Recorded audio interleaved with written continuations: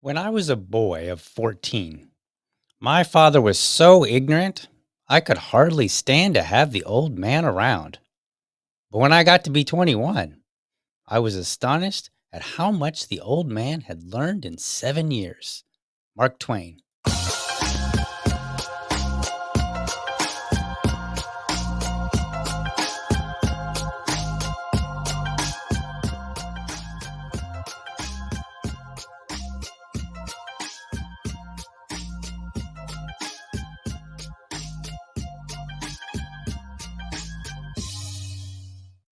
All right. Good morning. Welcome to another episode of the Liberty Dad podcast, a discussion on politics and culture. I'm your host, DL, America's most objective libertarian. If you're tuning in live, thank you so much for giving me your time so early. All right. Today, it's another episode of Dad Talk. Now, normally I like to have dads on, but I haven't quite nailed one down just yet. I've got a couple in the queue that I've got to reach out to. So I will be reaching out to them to bring them on Dad Talk. For the record, if you're a dad or if you know a dad that's got something to say about anything, right? Like just whatever, let me know. I want to reach out. I want to have them on the show. What is Dad Talk about? It's about raising dad voices. So what I do, I will have a dad on. We talk about what is important to him. No arguments, no debates, right? Like that, just bring you on. We're going to talk about it. I might ask you some challenging questions, maybe depending on the topic. But overall, we're here to raise your voice, dads. So reach out. I'd like to get you on the show. And it's just my way of making the world a bit better place for dads. You know, giving the dads a good old attaboy. Like, let's get you on the show. That's what it's all about, really. You know, it's my answer to the things that I don't like in the world, like, you know, some of the ideas around feminism and stuff like that. Rather than attacking women, I just raise men. That's it. Pretty simple. So today, instead of doing that, what I do on Dad Talk is I either talk about dad related stuff very explicitly, or I have a dad on, right? Preferably have the dad on.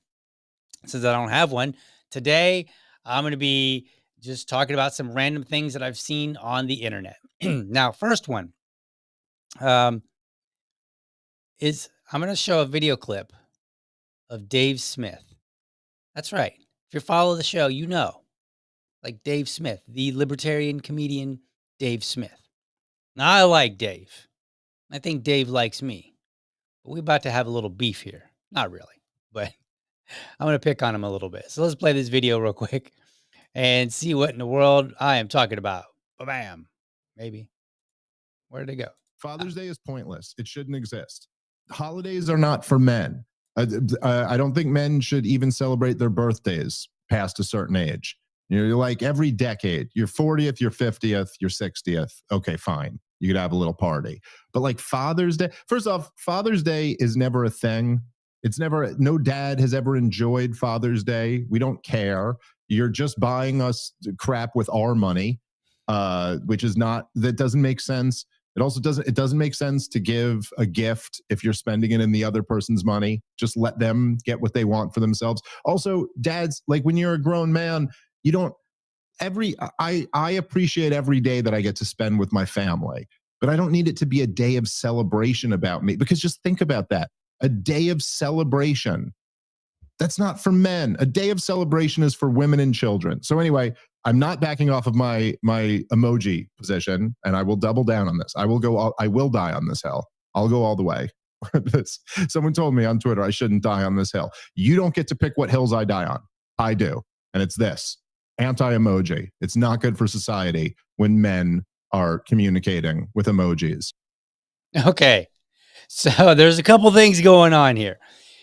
Number one, he's like gonna die on this hill of anti-emoji. Like he came out and he was like, if you're a man, stop using emojis. I mean, he didn't really, I'm paraphrasing quite a bit here, but he basically said emojis aren't for men, they're for women and children. And so then I like responded to him only using emojis. Cause like, well, as Dave knows, as a man, I do what I want.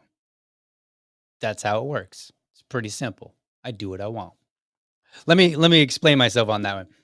I've told this story before, but it's fun. It's a fun story to tell.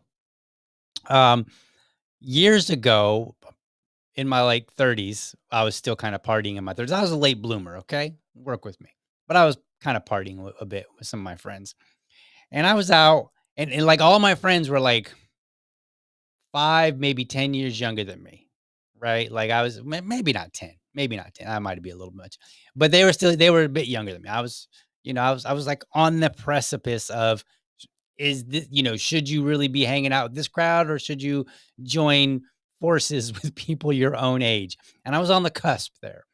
Um, but I was out with some friends, and they were, we were just having a drink, and I was like, I'm gonna get a drink. I didn't drink beer at the time. I don't drink beer because beer just upsets my stomach. So it's just out of the, so we were at a restaurant, and I guess it doesn't really sound like a partying moment, but we were, hanging out, going out to nightclubs, stuff like that. This crowd of friends.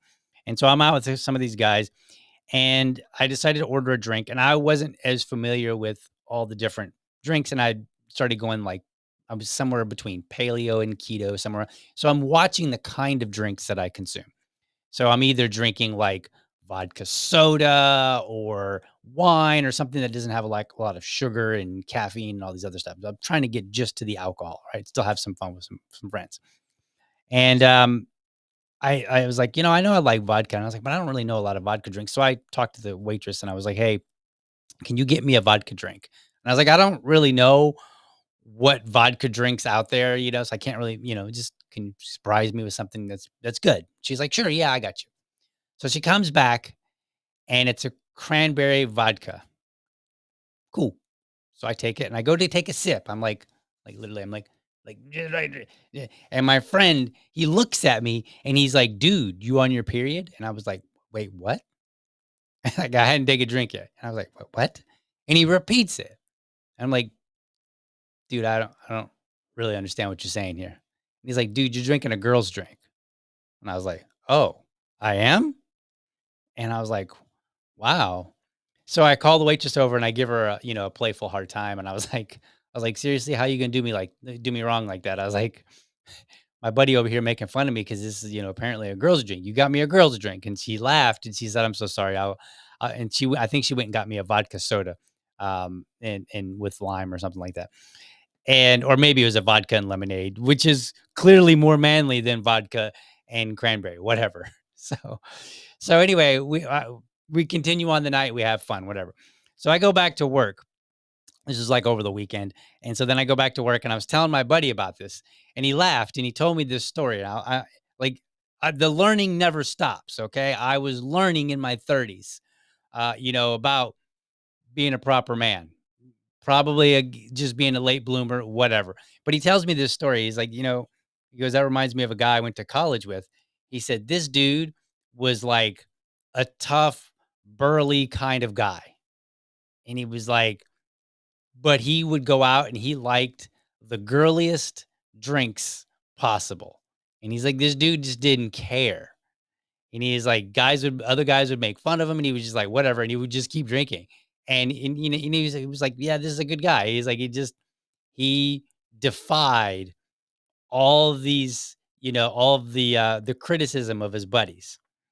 And so he was like, my friend said, you can be like this guy and just not care, or you can care and be concerned about what other people think about you when you drink, alcohol. He's like, but at the end of the day, you're the one drinking it. And I was like, that's a good point. And so I was like, you know what? From now on, I will drink whatever I darn well please. Like, that's it. We're not like, whatever. And so likewise, I will communicate however I please. If I want to use words, I will use them, right? If I want to use emojis, I wish I could put a bunch of emojis up on the screen right now just to be in defiance of Dave. Like, I will use emojis at my convenience, at my discretion, right? So there's that. Now, about Father's Day, I honestly kind of think he's right in a sense. Um, like I mean, if it's your kids and your kids want to get you a card or something like that, like, I'm not gonna be like, no, I'm a dad and I don't do that. But like, he has a point, and I'm gonna take it to an entirely different place. Growing up, and I've talked about this before, I remember reading a book called Why Men Hate Going to Church. And it was talking about how feminized everything is. And one of the interesting things that came out of reading that book was this view that a lot of society is a lot more feminized than you realize. And so one of the points that he made in the book, he was like, look at how we treat men on Father's Day compared to women on Mother's Day. On Mother's Day, like, especially, and you could see this in churches, or at least I don't know about now because I haven't, I'm not as involved as I once was. But at the time, if you went to a church on Mother's Day, they had roses. The sermon was about how great mothers are. Just make sure that you take care of your moms, your wives, your sisters, thank them for being such a great mom, so on and so forth. And like, just praise upon praise upon praise. It's like that Oprah meme, where she's like, you get a car, you get a car. Like, you get a praise, you get a praise, you get a praise, right? Like, that's what I remember growing. But then if you turn to Father's Day and you go and you listen to the sermons, and again, this is back in my day. I don't know, maybe they've changed since then. But back in my day, Father's Day, when you went to churches, it was, hey, man, you need to be better husbands and better fathers and better sons and better men and better this and better that. Like, there wasn't all the praise. It was like, there was like a quick mention, and they're like, don't forget to thank your dads. But then it was like, all right, dads, let's have a heart to heart talk. You need to be better. And there is some truth to that. But because there are a lot of men out there that are not doing their proper, they're not functioning the way they should be in their homes, right? So that is a truth. And we do have many stories of moms going out of the way, but dads would go out of their way too. Let's not pretend. Like, plenty of men have went out of their way, far out of their way, for their children and for their families. Um, but growing up, like, Father's Day it felt more like criticized Father's Day than opposed to, as opposed to like Mother's Day, which was, fawn all over them. And so I kind of agree. Like, if that, and I don't think this is where Dave was taking it. He probably was just taking it more like, yeah, we don't need no gifts. Don't spend my money to buy me a gift. Just let me buy whatever I want and I'll call it a day. You know, fair. I guess I get that. Although I'm not gonna be crabby if my wife or my son, even if they're using my money, right? I'm not gonna be upset if they get me a gift on Father's Day. Um, just because, like, they're going out of their way to do something nice to me. So, like, cool. And I like that. And I think that's how a good family functions. But in terms of having a Father's Day, I'm gonna take this in a different direction.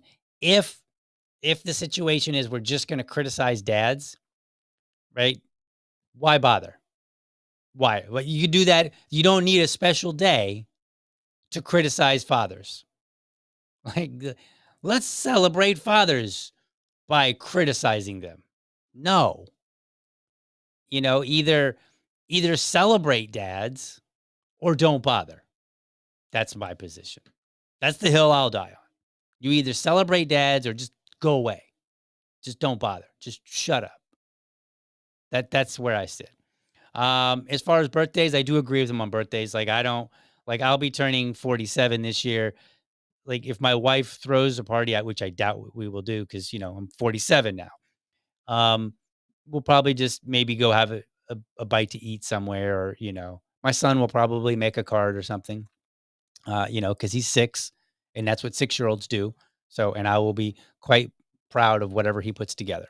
So, but otherwise, we don't, like when I'm 50, yeah, that I'll celebrate 50 because that's like 50 especially because it's like one of the tens, right?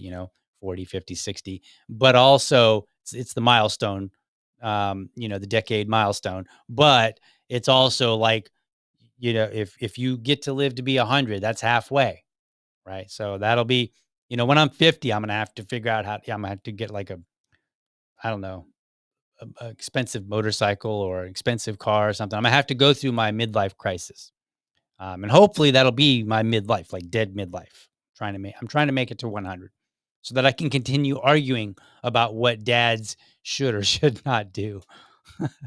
So anyway, so that's I just wanted to. I saw that come across my feed, and I thought that was funny. And I saw Dave Smith talking about emojis, and I'm like, what? I'm like, I'll use emojis when. Now I do think that women will use emojis differently than men. So there is a masculine way to use an emoji, right? I think it just adds to when you're communicating, especially when you're trying to use sarcasm, so people like get it. Sometimes I'll make a sarcastic comment and then I'll use the upside down smiley so that people know, like, hey, this is tongue in cheek. Don't take this serious. Because a lot of people on the internet take things way too serious. And so I think the emojis are there to help people out who are too serious, to stick in the mud. That's what they're there for. They're there for me to be like, dude, I'm just ribbing you. Chill out. All right. Let's see. Um, the next things I've got here are coming from a dad's group on Facebook. Now, what I did is I went ahead and I removed the names. It's not a. It's I mean, it's you have to join the group, and there's an option to make yourself anonymous. And so, but just to be nice, just to be courteous, I removed their names, right? And I'm just going to give you some of my thoughts on this. And by the way, this is on this kind of episode. Feel free to throw me questions in the chat and be like, "Yo, as a dad, what do you think?" You don't have to say as a dad, but but you could just be like, "Hey, what do you think about this?" And as long as it's dad related on Fridays, I'll answer it. As long as it's dad related and it's not, too risque or something. Don't be like, "Hey, man, I was having intimate time with my wife the other night." And like, I'm not going to answer those kind of questions. So and I don't think anybody's going to ask that, but well, they do in the dad group. Like guys will get in there and they'll ask some really, really personal questions. And I'm like, I don't know that this is really for a public thing, public question, but whatever. All right. So here we go. This guy says, Thoughtful Thursday. What's the most important thing to teach our kids? What is the most important thing? I'm going to say confidence. Confidence is the most important thing I think you can teach a child because there are the lack of confidence causes so many problems. It causes bullies, right? Bullies are ultimately, they don't have confidence in themselves, right? So they've got to go and create this like short-term fake confidence. Like, I picked on this kid, I'm better, right? And I think that all stems from effectively lack of confidence. But more importantly, like, think about what confidence does for you. If you're on the job and you've got, people that are giving you a hard time, that confidence kicks in. That's what helps get you through it, right? If you're struggling in the house, with something, whatever, maybe it's a project that you're working on, maybe it's a family matter, confidence like will help you because when you don't have confidence and you're struggling with something because it's not that confidence will prevent you from struggling in different areas. What it does is it doesn't add that layer of anxiety of I can't do this, the world's against me, all these thoughts that get in the way of you trying to deal with whatever situation is in front of you. Confidence, having confidence allows you to move forward. The lack of confidence will it will make it tougher because it creates seeds of doubt in your mind. I can't do this. This isn't the right answer. Whatever the case is, and you don't want those. But it also gives you it gives you confidence when you're trying to tackle a problem, whatever that problem may be, personal, whether it's a project, whatever, right? But it also allows you to take on things, new challenges that you've never done before. One of the things that we like doing with our kid, with our son, is we'll take him to as many places as we can with us. And we just introduce him to things and we just show him and tell him and blah, blah. So that so the idea is that when he gets older, going to new environments, meeting new people, that will be second nature to him. Like, this is how I grew up. This is what you do. You talk to somebody new. You go and you try out something new. You like the other day, like yesterday, my wife and I were at a renovation. I took the day, I took the day off yesterday and today so that I could go work on a renovation. And we were looking at some work, and we were like, The question was less about do we feel confident in trying to do this, which we felt confident we could probably give this task a shot. But the real question was, do we want to spend the time on this? Right. And I think the confidence allows you to make those kind of decisions rather than saying, can I do this? It's a matter of, do I want to spend the time doing this task and learning, in all together all at once? Is this the right time for sometimes it is. Sometimes you're like, you know what? I've never done this before. I'm going to give it a shot and see what happens. Other times you might say, I'm working on this thing. I don't have the time to invest right now into learning and the time for mistakes. So I need to outsource this to somebody else. Right. So if you're working on a project, let's see, maybe you want to do some tiling, put it that way. Like, I mean, you're like, yeah, I've never tiled before, but I think I could try it. I think I could do it. I've watched some YouTube videos and I'm willing to make some mistakes. Well, you might be in, like, maybe it's a spare bathroom. Oh, I'm going to give it a shot and see what I can do. Well, if it's a spare bathroom and you have otherwise, bathrooms in the house that you can utilize and you're not under a time constraint, well, then that's an opportunity. And maybe you give it a shot, right? And that's where your confidence will take you. You can be like, yeah, I feel confident that I can give this a shot. And if it doesn't work out, no big deal. We'll call in the big boys and, the big guns and let them finish it off. But I think confidence is absolutely the best thing that you can teach your kid because it is so valuable in so many areas. It prevents them from being a bully. It prevents them from being bullied. It allows them to take risk. It allows them to know when not to take a risk, right? It works it's good in the workplace. If you have confidence, you can hold your head high. That's always going to do you very well in the workplace. When you go into a new environment, it helps you by feeling confident that you can walk into a new environment. It helps you when you're in that new environment. It's just so great. Like, confidence is great for boys. It's great for girls, right? Like, like, I think confidence is the number one thing that you got to teach your kids. And I'll give you a final story and then we'll move on to the next one. I remember reading this book and um, they were taking their kid to the doctor, and the kid had a bunch of questions about, that he might ask the doctor while they were on the way to the doctor's office. And the parent, I think it was the dad, said, hold all your questions and make sure you're going to ask those questions to the doctor when we get there. So they got there. The doctor asked the parent stuff. The parent, gave the answers, blah, blah, blah, all that good stuff. So there was an exchange between the doctor and the parent. Then at the end, the parent said, I don't remember the kid's name, but they were like, Johnny, you had some questions for the doctor. Now's your time to ask your questions, right? And in the book, they were telling this story and they were saying This is a way to instill confidence in your child to know, like, hey, when I go somewhere, even though it's a doctor, even though I'm a kid, there's a certain level of respect that's due to me, and that and then I can expect, to ask a question and to have my question answered, right? That's building confidence, to be able to walk in and say, look, it doesn't matter that I'm 7, right? What matters is I am a person, you are a person. It is my time to ask a question. You need to listen and you need to respond to me, right? And I think this helps teach your child, to be confident, to know that there is a time and a place to speak up and have your voice heard. That's confidence. So there's so many stories that you could tell. There's so many avenues for which you could take and say, here's where confidence is good. I think confidence. So let's see. What do we got for the next one here? This next one's a serious question.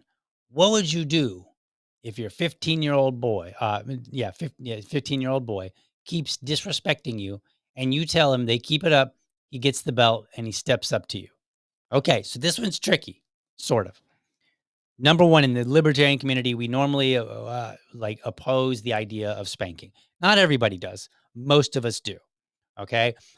For me, I don't entirely oppose it. I just find it to be a very rudimentary, like kind of like a last resort. You got it. Like that's and I tried, like for me, I only like the idea of physical punishment if under two situations. Number one, you're trying to teach a child, like, hey, the stove is hot. I will smack your hand, because smacking your hand is much preferable, much more preferred than you getting burnt.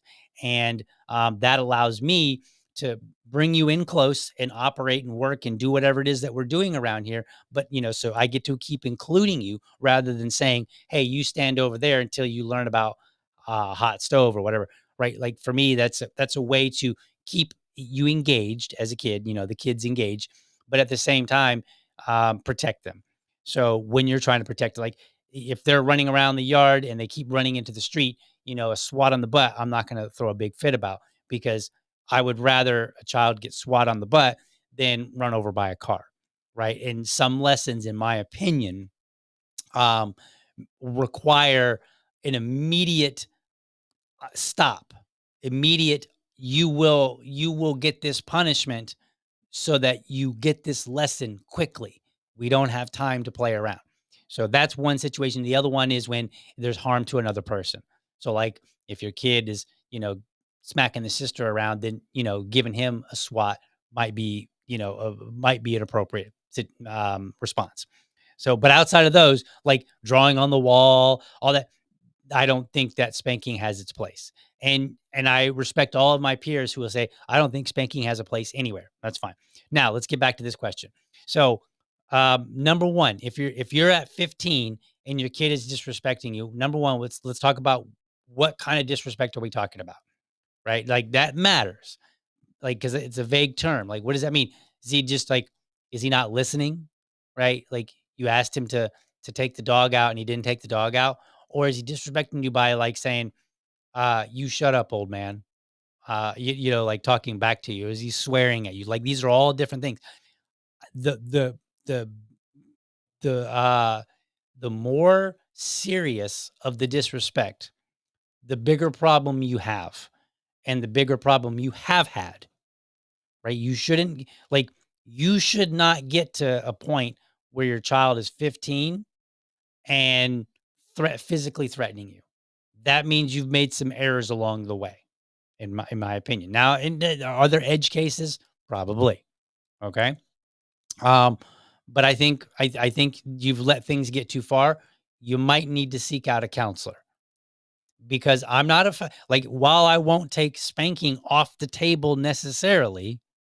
Number one, when you're 15, probably shouldn't really be needing to spank your kid anymore. Like all those lessons you should have worked out early on. And that's my opinion. Okay. You should be, but maybe you still have some. And here's the thing. Never, ever, ever, ever make a threat you will not follow up on, because you are inviting disrespect. So if you tell your kid, hey, take out the trash or I'm whooping you. Okay. While I don't like the idea of whooping a kid for not taking out the trash, um, if you've made that threat and then you don't follow through with it, your kid is now going to disrespect you even more because why? You basically told them it's okay. You said I'm going to threaten you in a way that I'm not going to follow through on. So that's how much respecting me means to me that I'm going to allow you. It's like the parents in Walmart, right? And I say Walmart, but any store really, where you're sitting there and the kids misbehaving, and they're like Johnny 1, and then they're like Johnny 2, they're like Johnny 2.5, they're like 2 3/4, 2 7/8, right? And they and then they're like Johnny, what did I tell you? Johnny, don't make me get to 3. It's like you keep stalling to get to 3. And I've seen some parents even start over. Like, they're like 2.5, and they're like, "Johnny, I said 1." Like, "Yeah, you also said 2 and 2.5. So perhaps the next number is 3. And then whatever you're supposed to do, you do." Right? Like, so you don't ever make any kind of a threat. "I'll throw away your toys," whatever. And this is beside the point on whether or not you should be invoking certain things. Now, what do you do at this? I'm going to assume that this is a 15-year-old that is yours. Now, if it's a 15-year-old that's not yours, like you're a step parent, that's going to be even more challenging. You really need to have the mom on your side because that's an entirely different dynamic. Um, but for this particular case, I would say number one, you need to figure out. Uh, like I assume the wife is in the situation, right? Is in the picture, like you're still together. So number one, you got to be a united front. Absolutely. Number one, united front. Number two, and I mean, not necessarily in this order per se, but number two, never make a threat that you're not going to follow through on. In this particular case, if your kid steps up to you, I think you need to be prepared to flex back, right? But you need to figure out how not to let it get to that point. Because I think, and this may be controversial, I think if you have a 15-year-old and you're at the point where they're stepping up to you, you've made a lot of errors along the way because they respect you so little that they're willing to swing on you, or they're at least they think they are, right? They're stepping up, right? And I think that represents some serious areas, and you probably need to go and have some counseling and work out some other issues about respect along the way, because your child does not respect you. And if they're getting to the point where they're again stepping up to you, that means you might have to fight your kid. Like, you should not have to fight your kid. Now, should it be on the table? Like, if your kid goes wayward and there are situations where your kid is just that wild. Like, I was that wild, right? Like, my mother and my father did not raise me to be disrespectful, but I was a hard-headed kid, very hard-headed, and I did not listen. Now, is there some other path that they could have done? Probably, but like if what coulda, shoulda, woulda, right? So, um, I think this is the time that you go to counseling, because while it's possible that you might have to fight your own kid at 15, you really shouldn't have to get to that point. You should be able to do something else and be like, "Look, I'm going to take away your PlayStation if you're going to talk to your mother like that. If you're going to talk to me like that." And that should be the end of it. Like, you should be like, "Whoa, whoa, whoa." Your kid should not want to escalate it any further. So I think you need counseling. That's my opinion. Because otherwise, what's your other option? Fight your kid, right? And if this is not an extreme situation, which it doesn't sound like, I know there's not a whole lot here in this post. It's like, your boy keeps disrespecting you, and then you tell him, like, you made the threat, by the way. You threatened to assault him. It's basically what it is. You threatened to assault him with a weapon, with a belt. Right? Just think of it in those terms. Right? Think about a 15-year-old boy. If he goes to school and his friend said, "I'm going to hit you with my belt," or maybe some other kid, maybe not a friend, but maybe some other kid said, "I'm going to take my belt and hit you with it." That's a threat. Like some other kid is threat. Put it in terms that he understands. You just threatened to beat him up. It's basically what happened.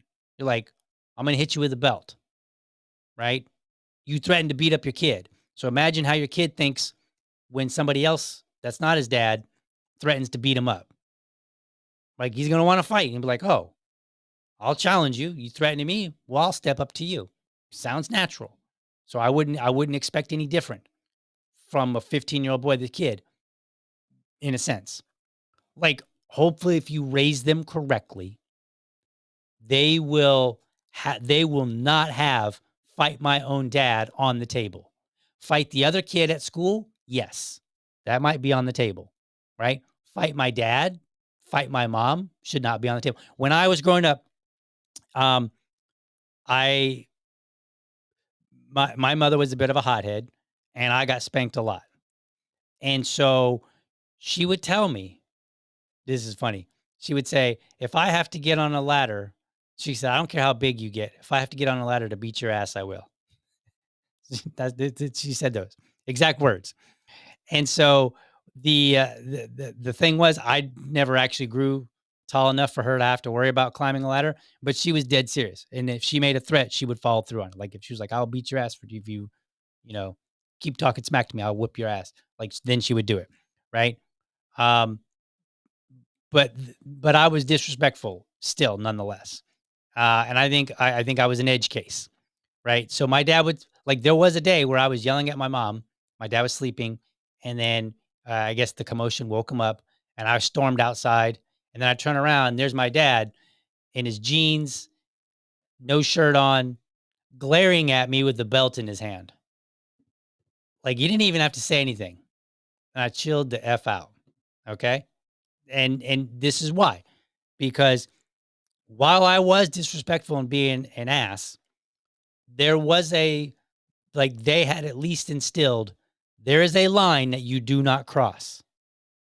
Right. And so I was never willing to step up to my mom or my dad. So I think this represents a problem and I know some people might disagree, like, "Oh, he needs his butt whipped." Maybe, and it's a minor maybe. Or maybe we look at it and say, in most cases, if your kid's willing to step up to you, you've got bigger issues because they have lost a certain line that they should have. They should never be willing to hit their parent, which would hopefully mean that the parent doesn't have to hit them back, right? You can figure it out without escalating it to the point of violence. That's my advice here. It's not the greatest advice, right? Because you might want to say like, "Whoa, what can I just do right now?" But no, you might actually need some counseling. Go find your pastor, right? Go find somebody that can work on this kind of thing, and then you can talk it out, and then you can learn how to bring that line of escalation down so that your kid has a certain line that they won't cross, a line you don't have to cross, and then you can work out because your kid's going to be tough, hard headed. 15-year-old boys, yeah, they're flexing a little bit. That's what they do. So, but you need to have a line like that. There needs to be a line. All right, what's this last item, and then we'll take some comments and go to break here real quick. Let's see what we got here. So this one's a little bit hefty, but I'm gonna read it. I've been at my current job for just a month short of 10 years, a big corporate chain of truck dealerships. It is obvious they are pushing me out. Today was my breaking point with a corporate ambush demanding answers about a job those six-figure managers would not understand. They stare at numbers all day without understanding how the numbers get there. I have a job lined up and start next Tuesday.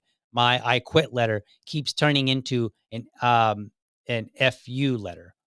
I'm broken and tired and really disappointed. I worked myself that I disappoint. I'm really disappointed. I worked myself for a place that saw no value in me. Ranting. Okay, let's talk about this. I had a job I think I mentioned this the other day. I had a job where I was working, and eventually it got to the point where I told them, "You're getting a service you're not paying for."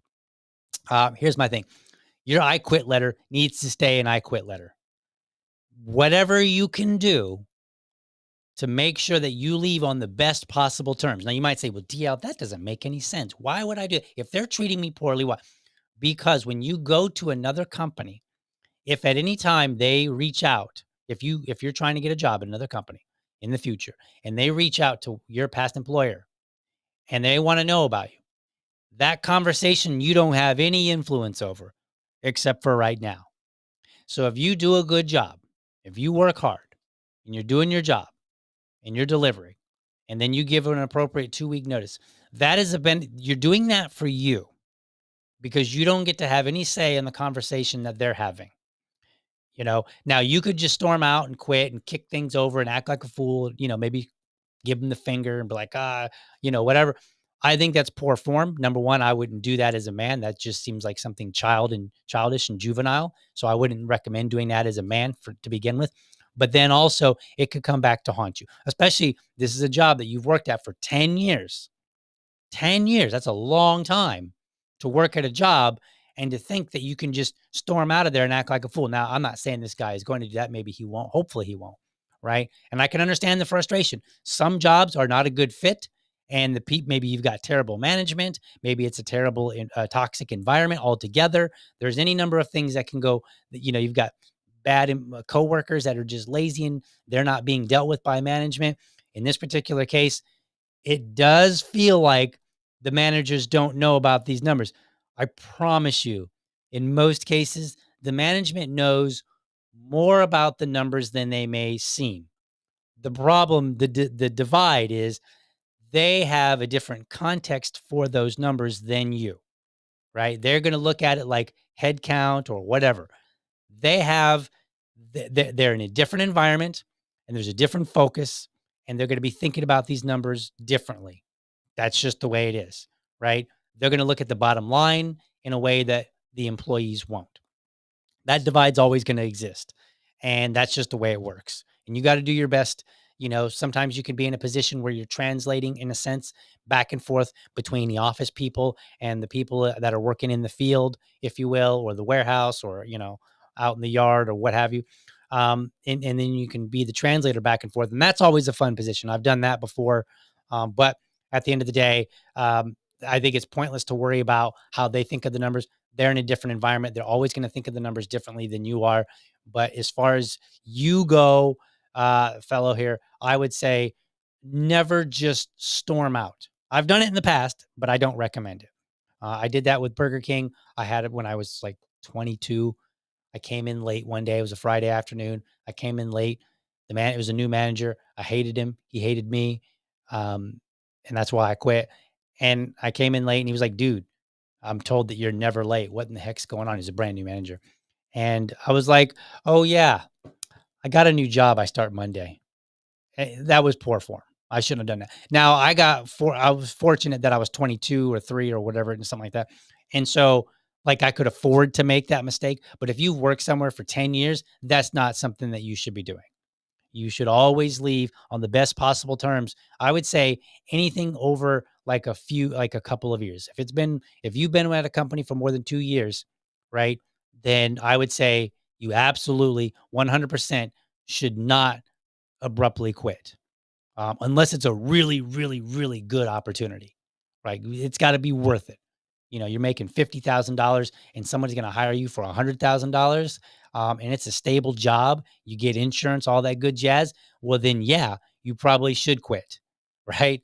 And I'm not saying 100%. There's other factors, but there are situations where it might make it acceptable. But otherwise, nope, quit on good terms so that you don't give them anything that they can say bad about you. Because I know there's laws on what they're supposed to say. There are ways of saying things without saying things. And since you're not privy to the conversations, you'll really never know what was actually said, right? Like, here's one way that they'll find out if you're a good employee because they can't say were they a good employee. I think most states outlaw that, or maybe the federal government. I can't remember which. I think it's most states, but a lot of states will say, like, you can't ask about whether or not they were a good worker. But what you can ask them is, would you hire them again? Right? And then that kind of tells you, like, think about it. Men, think about it like if you had an ex-wife, would you marry her again? A lot of men would be like, hell no, I wouldn't. And that, what does that tell you? That tells you a lot. That tells you how they feel about this person. So the idea that an employer can never say anything bad about you because that's what the law says, no, there are ways. Don't be fools. Don't be a fool. Don't be foolish. All right. That's what I got for now. We're gonna come back. We're gonna do a few more, but let's get into some comments here. Let's get into the live chat. So let me see here. Let's see. Nope, that's not what I want to do. Yeah, that's what. So I want to do this. So let's give me some music for the chat. Let's see what we got here. We're gonna look in and see. Let's see. Do. So blah blah blah blah blah. Okay, so here we go. It would be cool if you would reach out to Mark K. He has 2 awesome kids, and I think it would be a good dad talk episode. I will reach out to him today. So this is my VA lady, executive producer or producer. I can't remember which one is designated. I forget the roles here. The specific titles. But anyway, she really helps out a lot with the show. If you want to know like who stands on my neck to get things done, that's who it is. We have a running joke. She'll send me like a little boot emoji because according to Dave Smith, since she's a woman, she's allowed to send me the boot emoji. I'm not supposed to send her an emoji back, but sometimes I do. So yes, I will reach out to him today. Okay. So if you don't like, feel free to stomp on my neck with both feet. If you don't hear back later tonight that I have done that. Let's see what else. I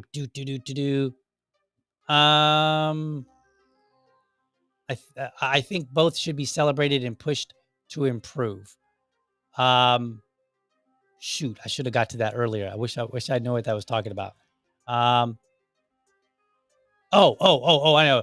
Okay, so biblical anarchy said it's still that way. I think he's referring to in the church because he's a church-going guy. I go to Catholic church and it's a little different. I don't. It's well, maybe it's not that different. I guess I pay attention about as well as I did. Man. Oh goodness. I think both should be celebrated and pushed to improve. So I think he's talking about celebrating fathers and mothers and push to improve. Yes, I agree. And I will say when I say that mothers are fawned over and fathers are not in churches, I'm not saying that we should just fawn over everybody. I do think that as a society, we should have expectations of men and women being in being husbands and wives, being fathers and mothers. I think we should have absolute expectations. But then I think it's like there was a clip, a scene from Starship Troopers. Like I'm gonna tie this in. Be magic. It's awesome. So in the movie Starship Troopers, where their young people were shipped out to outer space to fight alien insects, there's a particular scene where the leader of like this like a special elite group, he's like, I demand the best, I give the best. Right. So he demands, like he had this saying, he was like, everyone fights, nobody quits. If you quit, I'll shoot you myself. Right. But then they had went on this mission, they completed it, they were successful. So now they're having a party. So he says that, and he opens up this case and it has all this like alcohol and, musical instruments and, frisbees and all this, just all this fun stuff for the soldiers to play. And he's like, look, I demand the best, I give the best. Society should be the same way when it comes to men as husbands, women as wives, men as fathers, women as mothers. We should demand the best, but we should also give the best. When it's time to praise, we should give them praise, but we should also demand and say, that is not what a good parent, a good mother or a good woman, a good wife should be doing. That is not what a good father or a good husband should be doing. So we should do both. We should celebrate both. We should also push them to be the best. We should have high expectations, and we should frown upon people when they're not delivering upon those expectations. We should have a little sympathy, right? Like I'm 47. I'll be 47 this year. So if I meet a 22-year-old guy who just got married, there's a difference between him and me, right? Like I've had some experience. So yeah, we should absolutely demand the best, but we should also like tailor it and say like, is it reasonable for you to be, a little late on the game here? Maybe, right? If you're 46, you should pretty much have your act together. You're still learning. There are still things that maybe you don't, the lesson that you just didn't quite get, but you should have your act together far more than somebody who's 20 something. So absolutely agree there. Biblical anarchy. Let's see here. Kagela says 100 is definitely doable. I plan to have a party when I roll into the triple digits. I'm with you, my man, right there. 100. Let's go. 100 years old. Let's see. Joe Noosh. And why is it not? Click on. Is it stuck again? Oh, the button thing is stuck. All right, we're gonna have to reach out to Rumble and be like, "Yo, it's stuck. It might be up there for the rest of the show." I don't know if there's anything I can do. Let me see if I can do this. Let's see here. Switching around. It doesn't look like I could do anything. I'm trying to click different buttons and see if I can fix it. It doesn't look like it's the chat thing is stuck. All right, I'll just read them. Joe says, "What if as a man you use the middle finger emoji to quit?" I mean, if you're texting your boss the middle finger emoji, I mean, if you're 20, I guess. Let's see. The shower scene question mark. No, we were not talking about the shower scene in um in uh uh in the movie I just referenced in Battlestar, no, not Battlestar, Starship Troopers. No, not the shower scene. Bunch of people. Okay, well, this is stuck. Kagela, you get to have your comments for the rest of the show unless I can figure out how to get it off. But it's stuck. Whatever. Let's let's go to an intermission here. We'll be back. Hey, Liberty fam, do me a favor. If you enjoyed the show, be sure to hit the like and subscribe button to my channel. And for the really serious folks out there, I want you to hit that bell so that you never miss an episode. By the way, if you want to support the show, head over to libertydad.locals.com and sign up. For $5, you can be part of this show. There, I'll engage supporters of the show. We'll discuss topics that you want me to talk about, response videos that you would like to see, or anything related to the show. And I'll even have a monthly subscribers only episode. By the way, I'm always looking for dads to join me for Dad Talk. That's my series where I invite everyday dads on to talk about what's important to them in the context of being a dad. No argument, no debate, and dads choose the topic. It's my way of raising dad voices. If you're a dad or you know a dad who has something to say, let's get connected. Episodes air live on Friday mornings or Friday evenings, whichever works best for dads. All right, let's get back to the show. I cannot remove this. I cannot remove this pinned comment. It won't remove for the life of me. I've tried, like, I'm clicking on everything that I think might disrupt and disengage it, and nothing is working. Like, it's crazy. Let me see. I'm gonna try to add a banner on here and see. Let's see if we can make this. I don't. That's too funny. Let's see. We'll make that. Let's do this. Let's see. Did it work?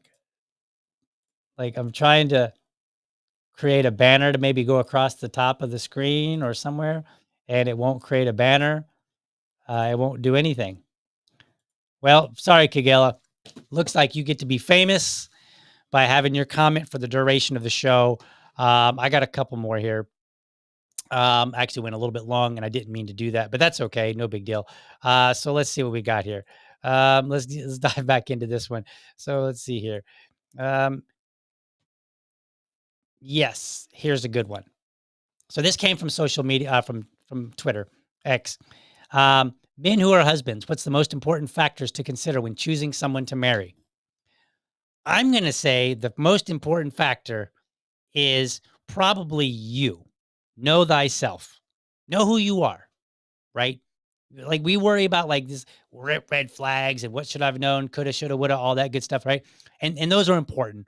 But I think the big like what I learned from my first marriage where I didn't do so well is that I didn't really know myself in a proper way. I didn't know what made me tick. I didn't know what made me angry. Ways that I could, like, do I need to be angry? Why am I angry? Blah blah blah. And so I was a bit of a yeller, never violent, never physical violence.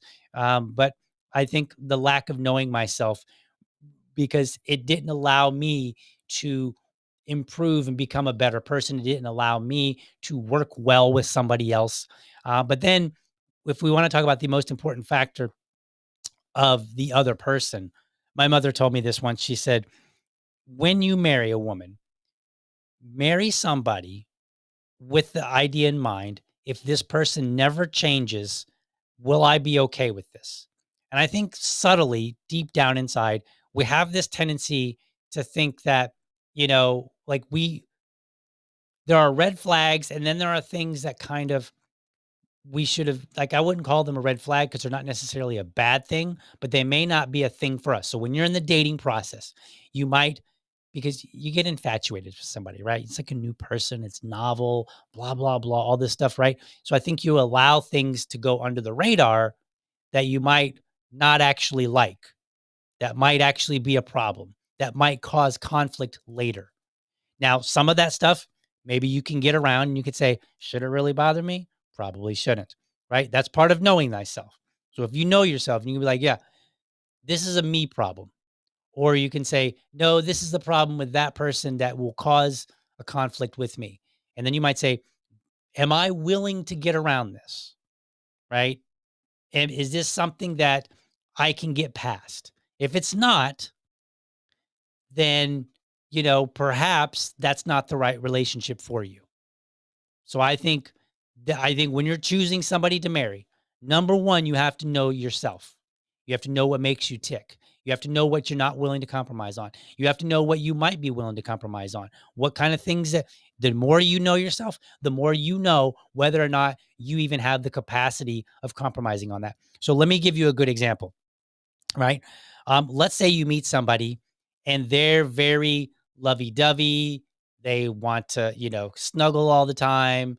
Maybe you've identified that of the five love languages, their love language is touch, right? And then your love language might be something else, and you might like say, "Hey, I need my independent time. I need my quiet time. I need time away from you." Right? So you have to figure out, can I balance this with this person? Can I have that conversation? Is it gonna drive me crazy, right? Is it gonna get me to the point where I actually am annoyed with this person, right? And when you first met somebody, it's easy to overlook that and think, "Oh, no big deal," because you're kind of in this state, this like honeymoon state, right? This novelty state, like, wow, wow, this person is novel and neat. And so I think you allow that's not a red flag. There's nothing wrong with that, right? That just might not be the kind of person that's going to work for you long term. So I think you have to figure that out. Or maybe that person is more independent and you're like, man, I wish we just sit down and snuggle up and watch a movie, right? And if that's you, then you have to figure out like how much you're willing to give. Like, will that work for you? And if not, then that might not be the right relationship for you. So again, that's not even a red flag.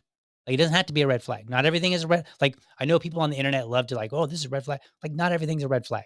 Some things are just like that is not the right person for you. That's simple, right? That's all it has to be. So let's look at this next one here. My son is only 2 months away from being born. What advice would you give to a first time parent? So here's my advice, some expert advice right here. Stay away from parents online. Parents online are like vegans and atheists. They are annoying and CrossFitters and libertarians. like pretty much anybody that's in a group where they're really excited about being in the group. They're annoying. And it's like some of these parents, like I've seen moms get on there and trash other moms over formula feeding. And they're like, "Oh, you're a terrible mother. I can't believe you would give your child that." And it's like, "What?" Stay away from them. That's my number one advice. Stay away from them, right? Only only engage with people. I would say engage with other parents like that that you've met. Meet other parents and talk to them. They're not all going to give you great advice either. Some of them will give you bad advice. But the more that you can engage with other parents in the real world, the less crazy you're going to find, right? You'll find some crazy parents who'll be like, well, I wouldn't give my kid that. My kid, like, yeah, there's some of those too.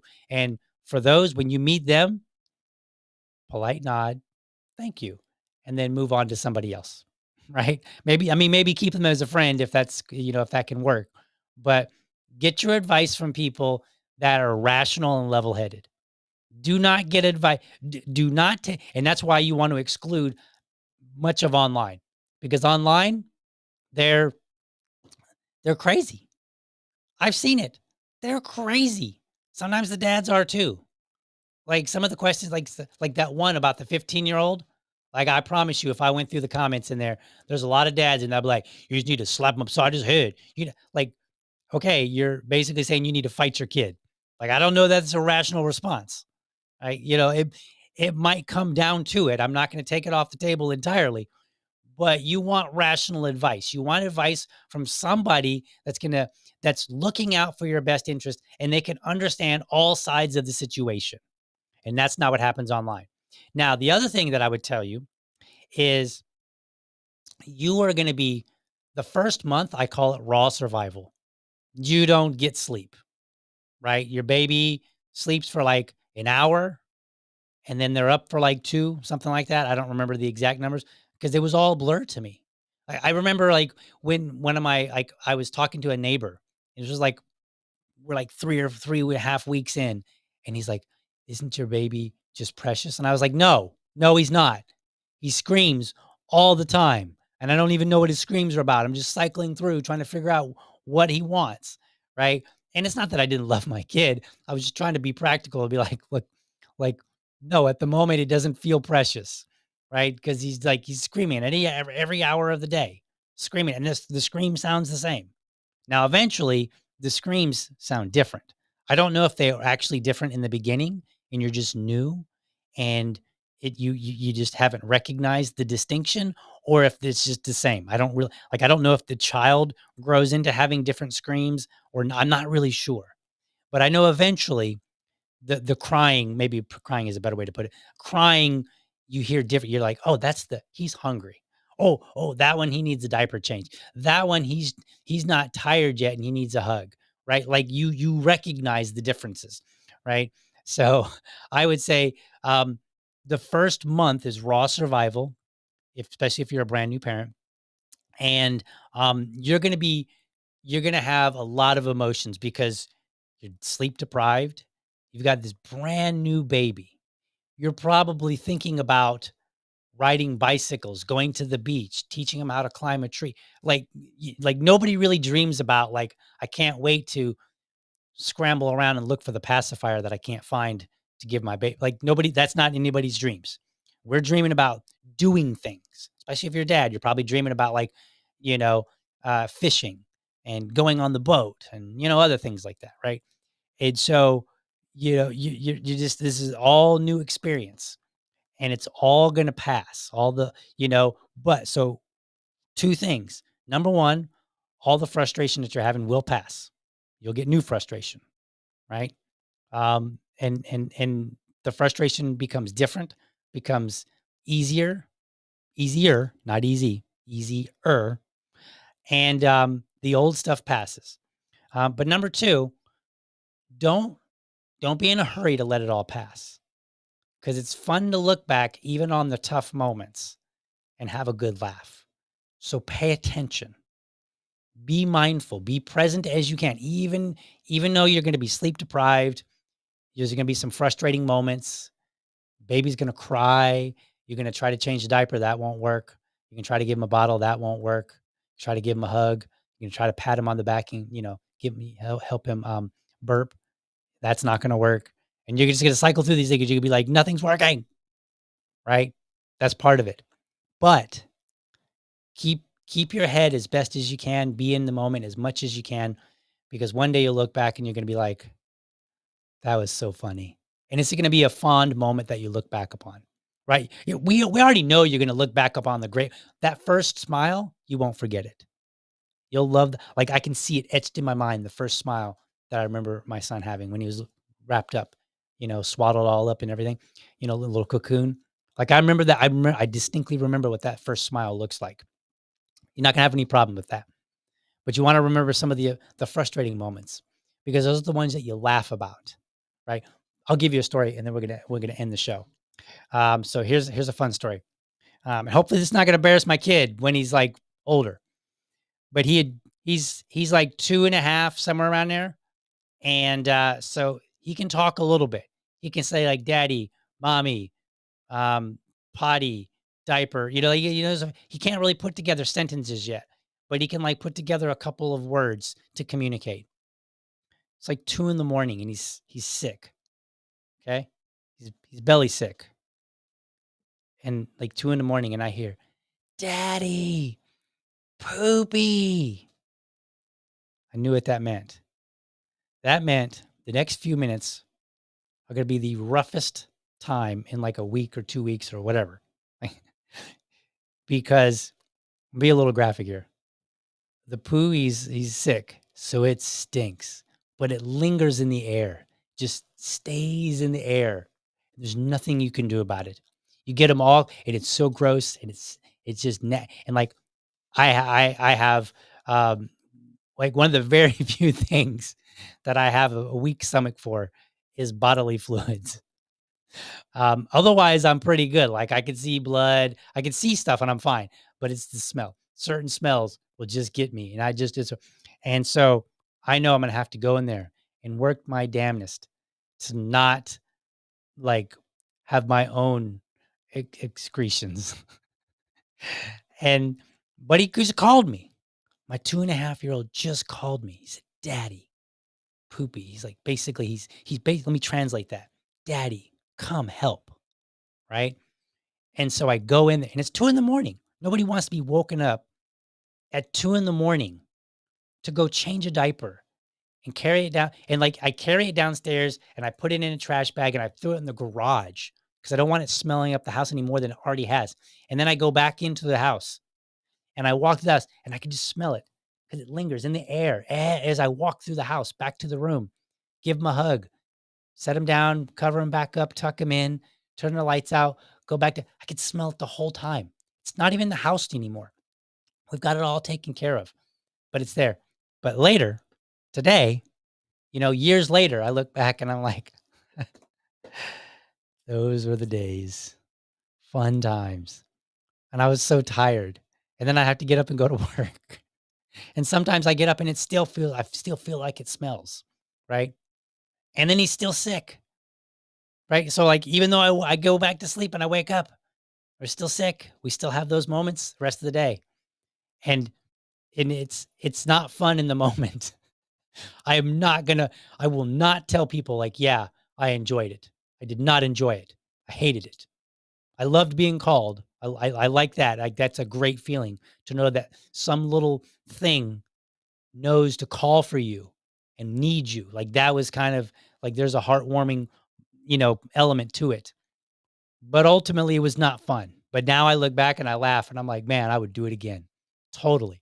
Like, if you ask me like, DL, if you could go back and you could just nudge your wife and be like, hey, you do it. Like, I could do that, but I wouldn't. I would totally do it again. Even though there was a lot of suck in that whole experience. I would do it again. Absolutely. So that's my advice to parents. If you're a first-time parent, don't listen to parents online. Find parents in person. Listen to the parents that are going to give you rational advice. And as far as rational advice goes, the tough times that are coming, because they will be tough because they're new, they will pass, but don't rush them through, because those are the things that you look back and you'll laugh about later. You'll have no trouble with the good memories. Those will come back. You'll remember the first smile, the first walk, the first this and that. You'll remember those. The first dada, who got it first, dada or mama, right? Those, you're not going to have any problems with those. Don't let the tough times go by so fast that you don't remember them, because that's what you laugh about. All right, folks. Thanks for joining today. We're going to be out. Have a good one. Thank you for watching, and I hope you found this episode informative and inspiring. Be sure to catch me Monday through Friday, 7:30 a.m. for an informed discussion on politics and culture. Make sure that you're subscribed to my YouTube channel, or if you prefer my Rumble channel, you can go to youtube.libertydad.com, or you can go to rumble.libertydad.com. While you are there, let me know how I'm doing by leaving me a comment. You can also become part of the community by heading over to libertydad.locals.com. Remember, if you're a champion of liberty, your business is people and your product is liberty. I want you to have a great week. Catch you next time. But for now, I'm out.